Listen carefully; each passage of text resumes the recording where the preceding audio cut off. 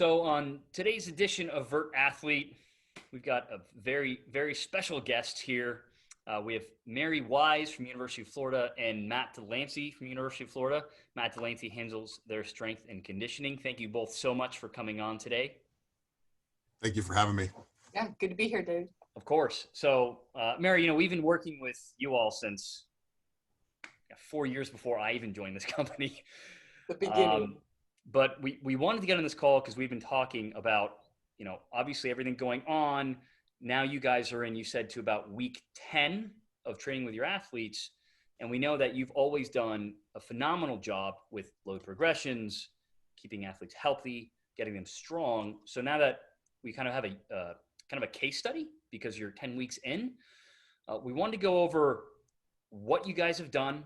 We know it's been working well, and just give insights to other programs so that they can kind of follow in your footsteps in the name of keeping athletes healthy. So if you could, you can kind of introduce Matt a little bit more and how you two all work together. I would love to do that.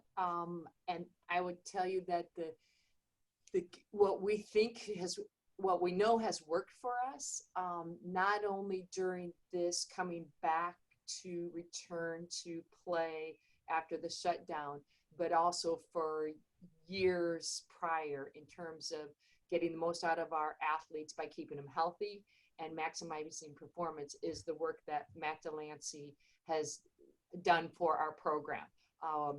That we're very lucky to have somebody with a science background who also has trained multiple Olympians in the sport of swimming and track, along with volleyball, and using that expertise so that when the shutdown happened, it was one of the, I think the first discussions we had. We didn't know when we'd come back, but it was one of the very first things we talked about. And Matt was talking about whether, because the first time it was, we're going to be shut down for 2 weeks. And then it was a couple months. I mean, we had no idea that it was going to be that long. No one did. Yeah. But Matt and I, we kept having, it was a continuing conversation. Okay, if it's just this short amount of time, here's the plan. If it's this, here's the plan.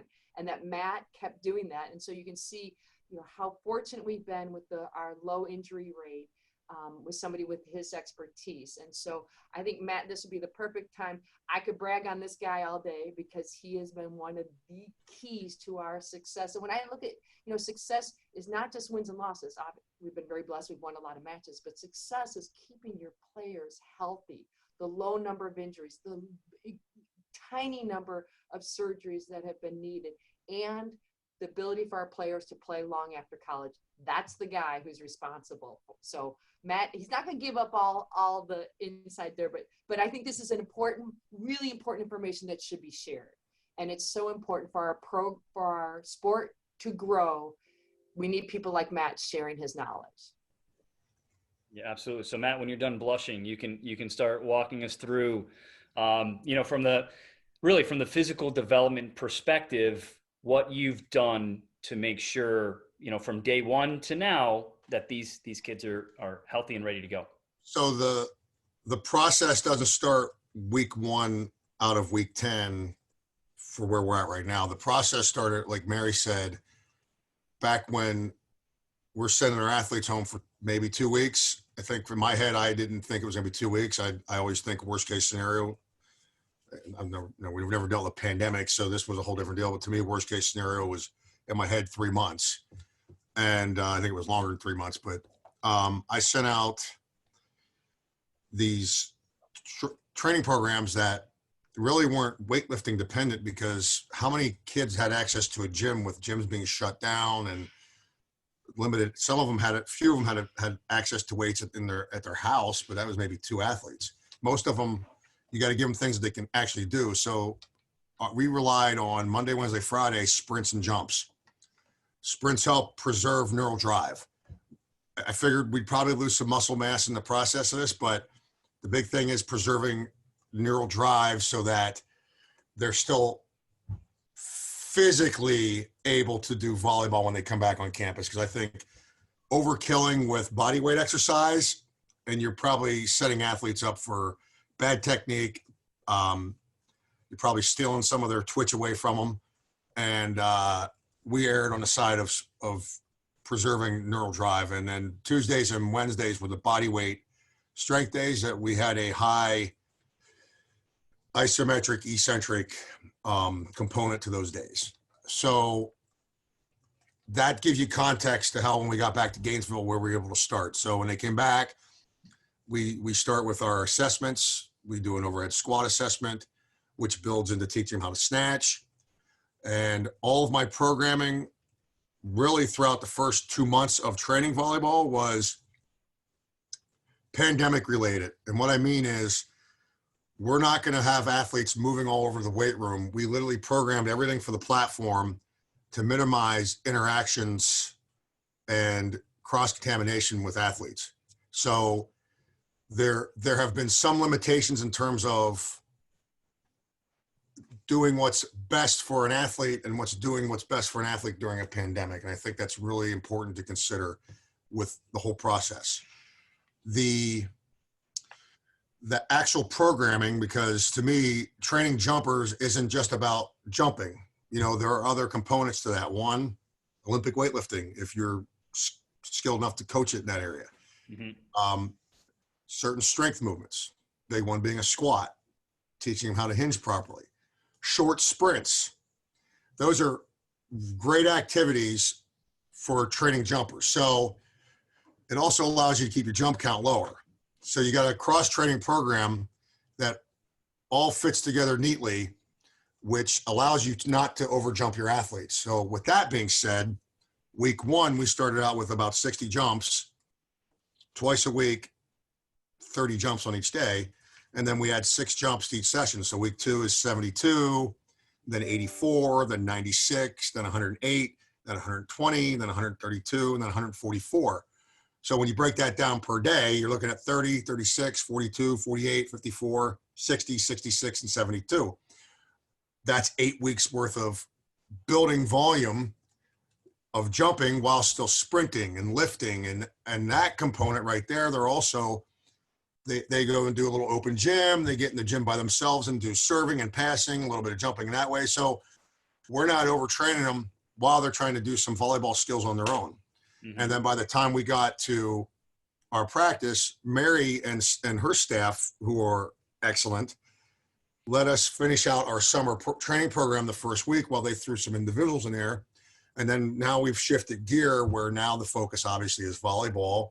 And I've pulled back in my world, and it's just been a smooth transition in the jumps per day. I think we've had some athletes that maybe 80 to 100, Mary. I think that was probably some of the biggest days. It's not, and we're not many more. Yeah, we're healthy. Yeah, no, I think, I was just going through it the other day, you know, the highest days, and then obviously your setters we're going to be quite a bit higher always, but yeah, you'd be sitting there, the highest range is maybe 100 up to slightly over that. Yeah. But what's been fascinating, you know, on my end, because I get to sit behind this computer looking at data from about 400 colleges, is most colleges, when you find out you have so much time before your first potential match, a lot of them are starting to cut out 2-a-days, not all. And then some were saying we're doing 2-a-days, but only jumping on one of them. And most programs are having those kinds of conversations. But frankly, we've still also seen some programs where we're seeing jump numbers week 1, not just setters, in the sometimes 300 to 400s. Oof. And we're also seeing programs who don't have high jump numbers, who, you know, it's like, hey, Dave, I'm catching up with the coach. Like, yeah, we got 3 kids down already from, you know, a stress reaction or, you know, a hip issue. And one of the things, Matt, and we'll talk a little bit more specifically about it, a major reason you've programmed it that way is because you're working those extensor mechanisms and you're allowing the tendon capacity to build along with that muscle capacity, where too often, because I do get to get an inside look into a lot of programming, and too often programs jump too much into those high intensity plyometrics, and then those tendons are just kind of lagging behind while their muscle continues to get stronger and stronger. But yeah, I mean, that's, as Matt has talked about before, right? Roughly 5 to 10% increase in volume week over week? It's somewhere in that range of 5-10%. I don't have a percentage on it, but if I'm just guessing, I mean, it's somewhere around 5 to 10%. We're not, I think anything over 10% in any sporting activity where you're increasing per week and you're looking for overuse injuries within 2 to 3 weeks of that increase. So we're very conscious of that. And that's not just pandemic planning. That's how we plan all the time. But one of the benefits of working with track and field is that track is kept accountable to a stopwatch and a measuring tape and a bar. And if somebody's not getting better, it's very apparent. And I think one of the things I've learned from my track and field peeps, especially Mike Holloway, who's our head track and field coach, is the question that we're always kind of asking within that program is, just because we have 20 hours, do we have to use all of them? And he's like, if we get the job done in 12 hours, then we got the job done in 12 hours. And I think that's an important question, is when you're putting any kind of a program on paper, whether it's practice plan or whether it's strength and conditioning program, is once I have it written out for what I want to do, is what can I cut? Do we need to do this? And just because we can do it, should we do it? Yeah, and Mary, now we'll throw it back to you, kind of along those same veins. As a coaching staff, everyone wants to create a culture of strength and intensity. How do you go about doing that, for the Gators, when at the same time you're saying, as we've talked about in the past, intensity doesn't equal, an asinine amount of training volume necessarily? I think Matt said when he was saying we have a tendency to just want to take that Ferrari and just let it go. That's coaches. That's us. And you want to talk about caged animals that we weren't in the gym training in the spring. And so now it's time to go back, and we just want to go and get, make up for what time missed. And this is where I relies so heavily on Matt. He kept talking about load management. Not only were the athletes not practicing, but as Matt described, and let me just, before I finish this, Matt, why don't you jump in here? Because you were helping me understand what just being at home and not doing our daily routines of walking, what that did to their bodies. So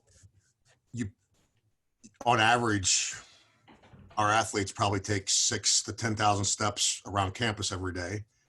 The average probably dropped from 6,000 to 10,000 to probably about 600. So the act of walking casually around campus is also facilitating recovery from training.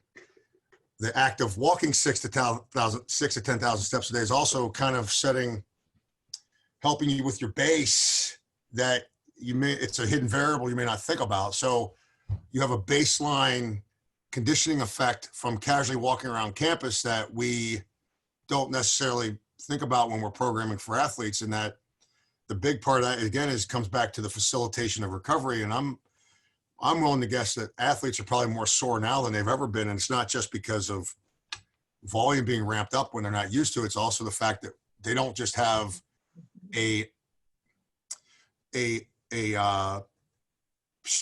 unstructured recovery method that they didn't know, that we really didn't think about. So to me, that's probably another variable that's not being considered.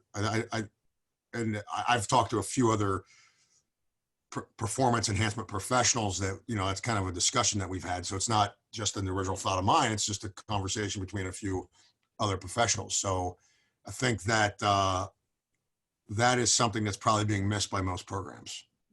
I think so David, that was right. These are the type of discussions that Matt, that we've been having for months.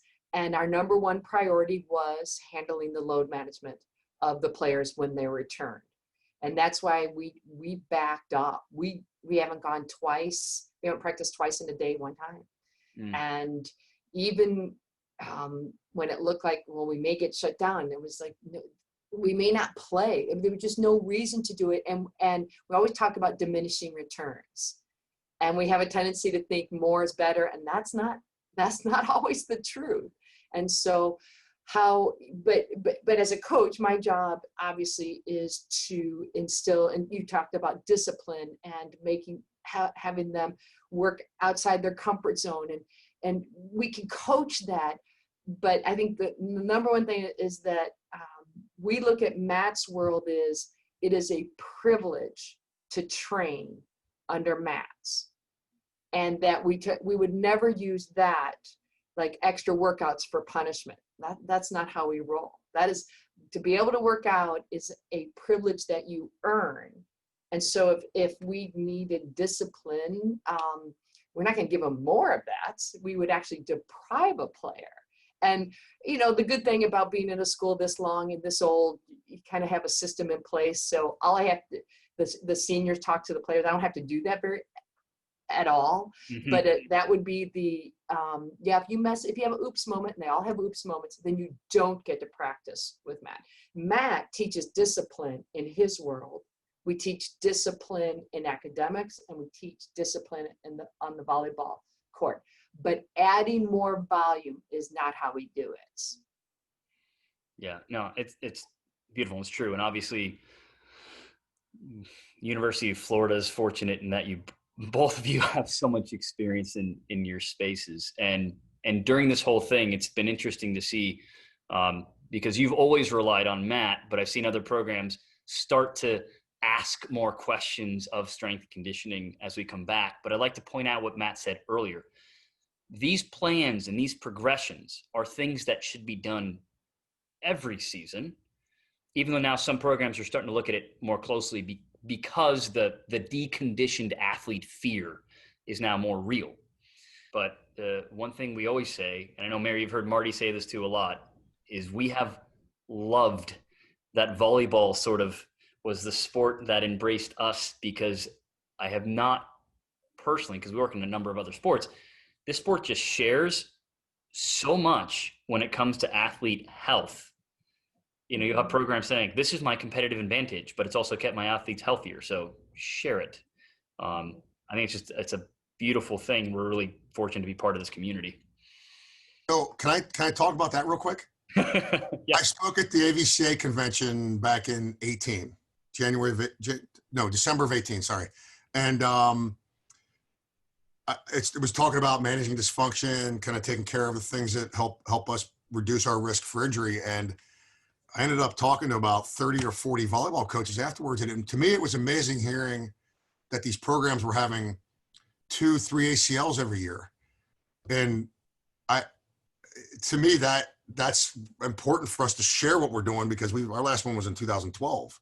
We've had 3 in 17 seasons, and we can go in and identify exactly where it went wrong with each athlete. And I just don't know why it's a 2 to 3 per team with that many people, because at this point, I think there's a very well informed community on how to reduce your risk for ACLs, and volleyball is not a contact sport unless you land on a teammate's foot, which has happened. We've seen that happen, but the non-contact injury, you can drive those numbers down if you just take care of the basics. So I think that's important for the sport of volleyball, people sharing the way they do. Yeah, unquestionably. And I think I'd like to think there's been a decrease in injuries just with the concept of load management really taking off since basically 8 years ago in volleyball, because now you can, with the start of the advent of being able to actually count what was going on court. And then obviously we've grown quite a bit since then, but unless there's any other, quick pointers you have, I think that was a lot of really, really useful information. And as I always close these off, anyone who'd like to get more information on some of the stats we've talked about, like numbers of jumps on average per set for Division I programs, my team has all that information, and we give that for free to anyone, just so it can provide them with some semblance of a guide to say, hey, you don't need a 3.5 to 5.5 hours of practice every day. It's more about being efficient, and we have our targeted goals, which can at least provide us with an outline and a guide of where to go. again, thank you both so much for coming on. Anybody who watches this, if you have any other questions, you can log on to myvert.com. We'll have this video up there as well, and you can contact performance@myvert.com for more information. All right. Thank you again so much, and good luck getting started when kids come on campus. Thank you. Go. Great to see you. You too.